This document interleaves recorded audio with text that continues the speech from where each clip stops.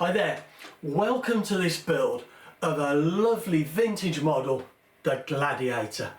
Now the Gladiator came out in Air Trails in March 1941 and we're building it from this great set of plans which you can download from the AutoZone website for free, and there'll be a link in the description below.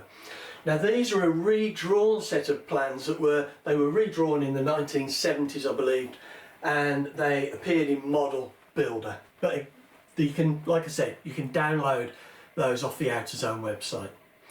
Now in the videos up till now, we've built the wing, and there's quite a lot of work in the wing, but it's an absolutely gorgeous wing. It's really nice. It's a 67.5-inch wingspan. It's got a really deep 14-inch chord with a lovely undercamber. Now it's a tip dihedral wing, so there's a dihedral break here and the other side, so we've got a flat centre section and then it comes up at the tips, and you have got these great big tips. Like I say, I really like this wing. But what we're going to do in the video today is we're going to start to think about pulling this fuselage together. And it's a really long fuselage. It's 57 inches long, and there's some really important pieces of preparation work that we need to do before we can actually start building it. So there are three things that I want to cover in this video. We need to have a look at the longerons. We need 4 longerons in hard balsa. There's 2 at the top, and then there's 2 that are curved for the belly of the fuselage. So we need to think about that. We need to think about the curve of the belly and how we're going to do that, and we need to think about the cheeks, the balsa here, and making those up. Okay, so the first thing we need to do is think about the wood that we're going to use for the longerons. We've got 2 at the top and the 2 curved ones at the bottom. Now, as I said, it's a really long fuselage, and I don't know where you can get wood that long. It's 1/4 inch square hard balsa for all 4 of the longerons. Now, I can get 36 inch, I can get 48 inch, but I certainly can't get 57 inch. So we're going to need to join 2 pieces of 1/4 inch square balsa to make one long longeron, or at least, well, 4 long longerons. There's a tongue twister, eh? So what I'm going to do first is select the balsa, and like I said, it needs to be hard 1/4 inch square.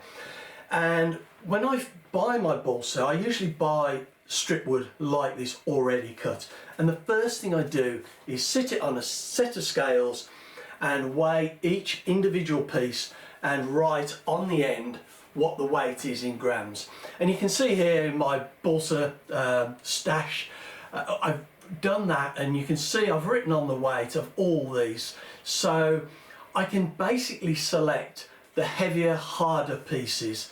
And I know that weight doesn't always there's a bit of a difference between hardness and weight, but essentially it's a really good measure for picking out soft or heavy balsa. And actually it's really important when you're building wings and you want to get similar weight balsa on either side, so you're nicely balanced. So anyway, I've selected my balsa. It's all, I think it's all 8 grams, 8 grams per piece, per length. That's the hardest I've got, more or less, except for the odd piece which is slightly heavier. So I'm going to join those, and that's what we'll have a look at now. I've already done a couple, and you can see we've got some great big, I don't know whether you can see both ends, but I've got great big lengths here that I've glued together, and I'll epoxy these together. And you look at these and you think, well, gosh, they're really long, way too long really for this. But actually, they're not much longer than the fuselage itself, really. There's only about a foot down there that's hanging over, if that, maybe only 10 inches. So these are made out of lovely straight pieces of balsa that I've selected. So I've got these 2 pieces which I'm going to use for that top. But what I've done is I've selected some pieces that are a little bit, got a little bit of a bend in them, like that one. I don't know whether that shows up. But I wouldn't want to use this bent balsa for a wing spar, but it's ideal for the longeron on the bottom where I'm going to have to bend it anyway. So why not choose a piece that's already got a little bit of a bend in it. So before then, I'm going to show you now how I'm cutting these and gluing them, and then we'll have a look at the bending of those longerons. And what I'm going to do now is I'm going to just hold them together and then tape them. Just put a little bit of tape around to hold them together while I cut them. So there we've got them taped, and I'm going to get a clamp and just lightly clamp them on the bench. Now what I'm going to do is I'm going to do a scarf cut, an angle cut like that. So nothing hugely angled, but a good angle with lots of surface area. If we glue them like that, it's not going to be very strong, just a butt joint. So we want to really increase the surface area here, and I have done some of this with some epoxy and glued it together, and you break the balsa before you break the joint. In fact, I tell you what, I just noticed it's not in the camera, so if I angle that, maybe that will be better if I put the block this side. I quite like using blocks like this, which are square blocks, so I can lean the saw up against it and I can use it as a guide to make sure that the saw isn't going over at an angle. So the block is guiding me. And I'm going to put the saw like that. Just going to check that. So it's kind of similar to what I've done before. And we'll hold that there, and we'll just use the saw to cut a nice angle. And like I say, it's really important to get these nice and square so they match up really well. There we go. And we will just hold these together now and just make sure that we've got something that's really nice to glue. Yeah, that will glue absolutely lovely and give us a really strong joint. And I'll show you how I'm going to hold these and glue them. Right, I've got a nice piece of flat MDF on the table, and I know this has got a straight edge. So I'm going to get my two pieces of balsa. I've put a little bit of plastic on the bench and up against that edge. Last thing I want to do is glue my balsa to the bench and to the MDF. Yeah, we can hold those together, and you can see that forms a lovely joint, a really nice fit. And this is more or less straight along the MDF. I say more or less because you've got to remember that the one of these spars, it was bent to start with. And I'm just putting a weight which you can't see off camera, or maybe you can just see this one. I'll move it along actually, just to hold the balsa against the wood, and you can see that looks really nice. So what I'm going to do now is mix some epoxy, put it on the mating surfaces, and then I'm going to fold up this plastic, and we're going to put this clamp and clamp it, because we really want to clamp this and make sure that we get a nice tight joint. And there we go. So we'll just clamp it up like that. Right, I've got my epoxy mixed up. This is just 30-minute epoxy. And what we're going to do now is we're going to put this on the mating surfaces. And we want to put enough on that it soaks in and gets a good joint, but we want to be really careful that we don't just have it oozing out all over the place. It is going to ooze out, and we will need to wipe it off. We've got the glue on, and we're just going to push that together, and you can see that oozing out now. And we need to just spend a second and make sure that we get the overlap right. So I'm just pushing it towards each other and pulling it away until it looks about right. I think that is right there. So I'm going to put my weight back on this side so that doesn't move easily. Now I'm going to hold this and just wipe up that excess glue. Like I say, we don't want too much epoxy squeezing out as we clamp this. Oh, I've just pulled it apart, but that's okay. We just push it back together. looks great. So I'll move my epoxy. We're going to fold the plastic up and we're going to put on the clamp. Let me just move that. There we go. Now obviously we want to clamp this, so clamped glued joints are always better. You just get a much better mating surface, but we don't want to crush the balsa. There we go. Hopefully you can just see the joint in there clamped together now.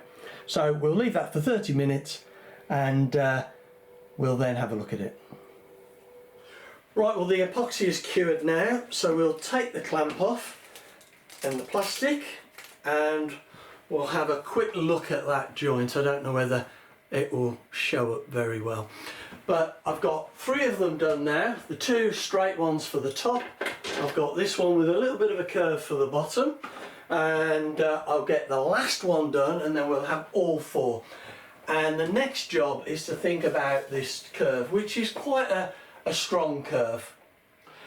Right, well I've now got my 4 longerons, the lovely straight ones for the top of the fuselage, which is dead straight, this line here, and then we've got these with a little bit of a bend in them, which we can make work to our benefit, which we're going to use for this curve. Now despite the curve in there, it's still going to be quite a difficult job to bend that, because I mean at the back here it's fairly easy, we can get that shape easy enough, but here you have to put a lot of force, and I'm not sure that we can do that with these without breaking them, because they're nice hard balsa. And the last thing I want to do is break one of these, because I don't have too much of this hard balsa to replace it.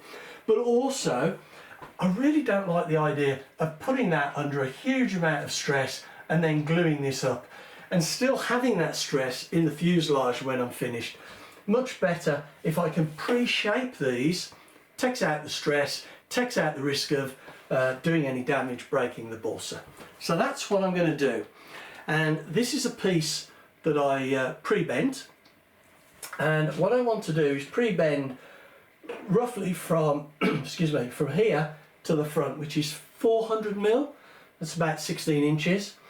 And what I did with this, and this is hard balsa, the same kind of grade as this, I soaked this overnight in cold tap water, and then the next day I just pinned it out in a bit of a curve, which I thought was about the same as that, left it to dry, and hey presto, we have a bent piece of balsa, which actually is pretty close approximation.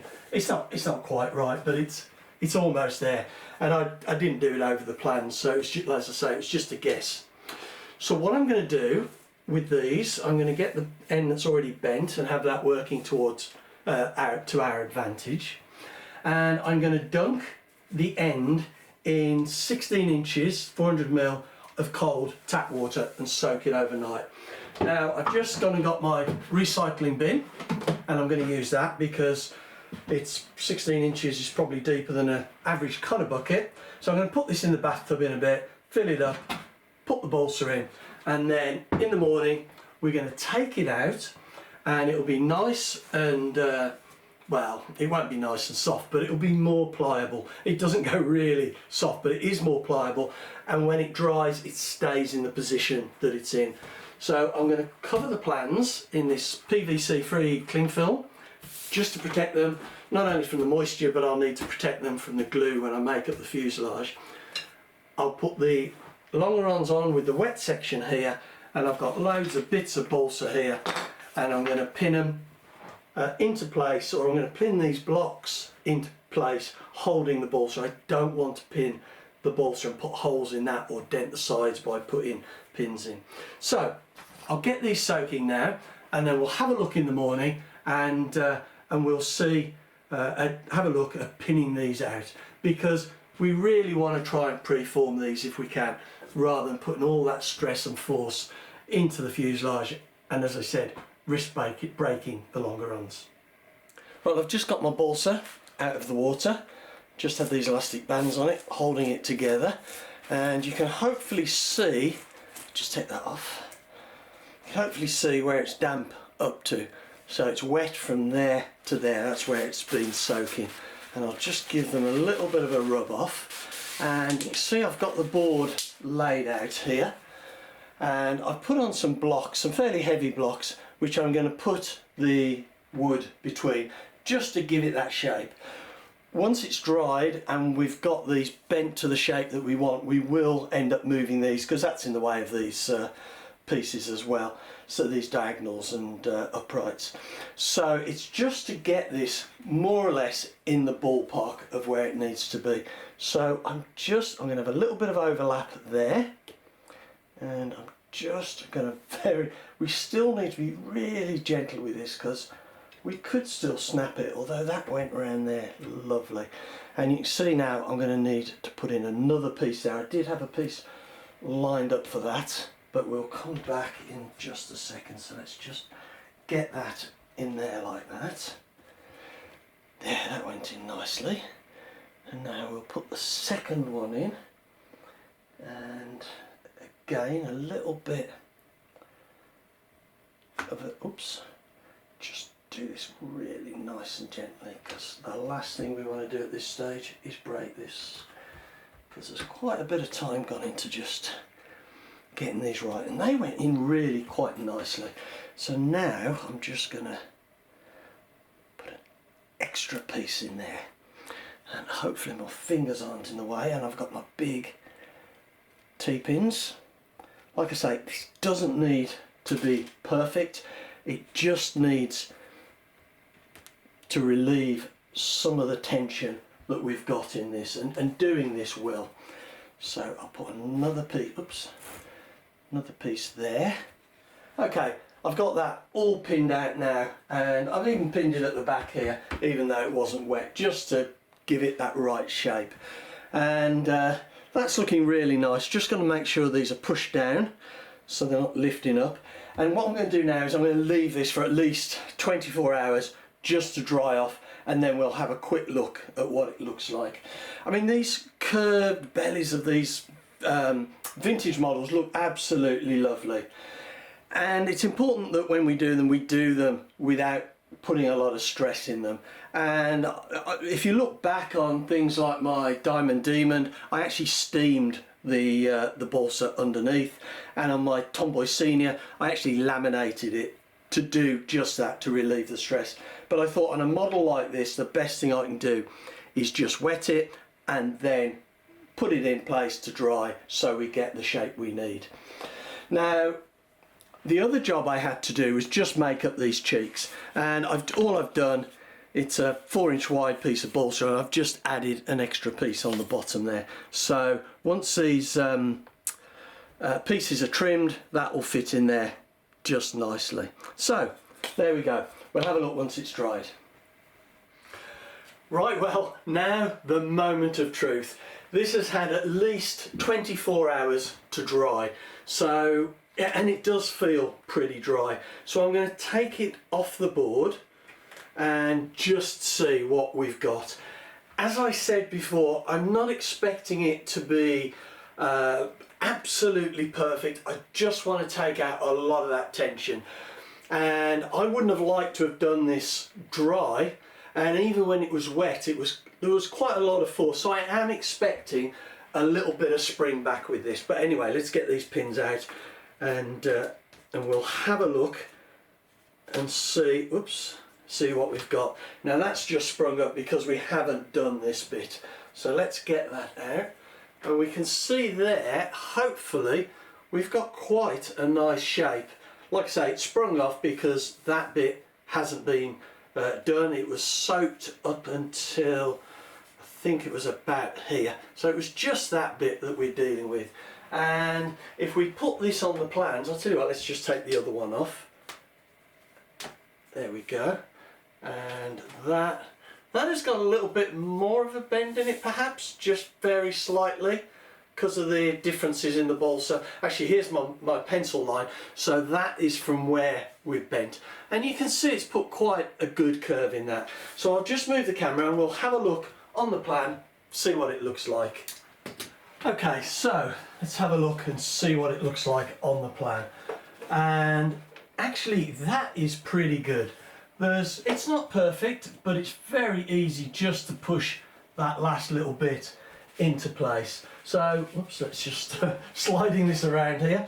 So yeah, that's about right. So we've still got about 1/4 inch, something like that, maybe, yeah, just a little bit to fold that up. And the rest of it will easily fold into place. And we've got the other one, which I think is very slightly less bent. Just line that up, yeah. But again, it's very easy now just to push that into place. So we've made a huge difference in relieving the tension in the belly of this fuselage. Well, it's really good to get these bent up so that we're relieving a lot of the tension in these fuselage sides. Now I know that there'll be people who are watching this, who'll be thinking, why don't I use an ammonia product like some of the window cleaners, where it actually softens the lignin in the wood and allows it to bend quite easy. And I have done that in the past, but I'm not sure whether it actually weakens the overall structure of the timber because it's affecting the lignin, which is where the wood gets its strength. And as these need to be hard bolster, it needs to be strong. I don't want to do anything that may affect the integrity of the wood. Hence, I've just gone for dampening them with just tap water. So now I can't wait to get these fuselage sides built. So I'm going to draw this video to a close now, and I hope you'll come back and see the next video where I actually build the 2 fuselage sides of this lovely Gladiator. Anyway, thanks very much for watching. Hope you've enjoyed it.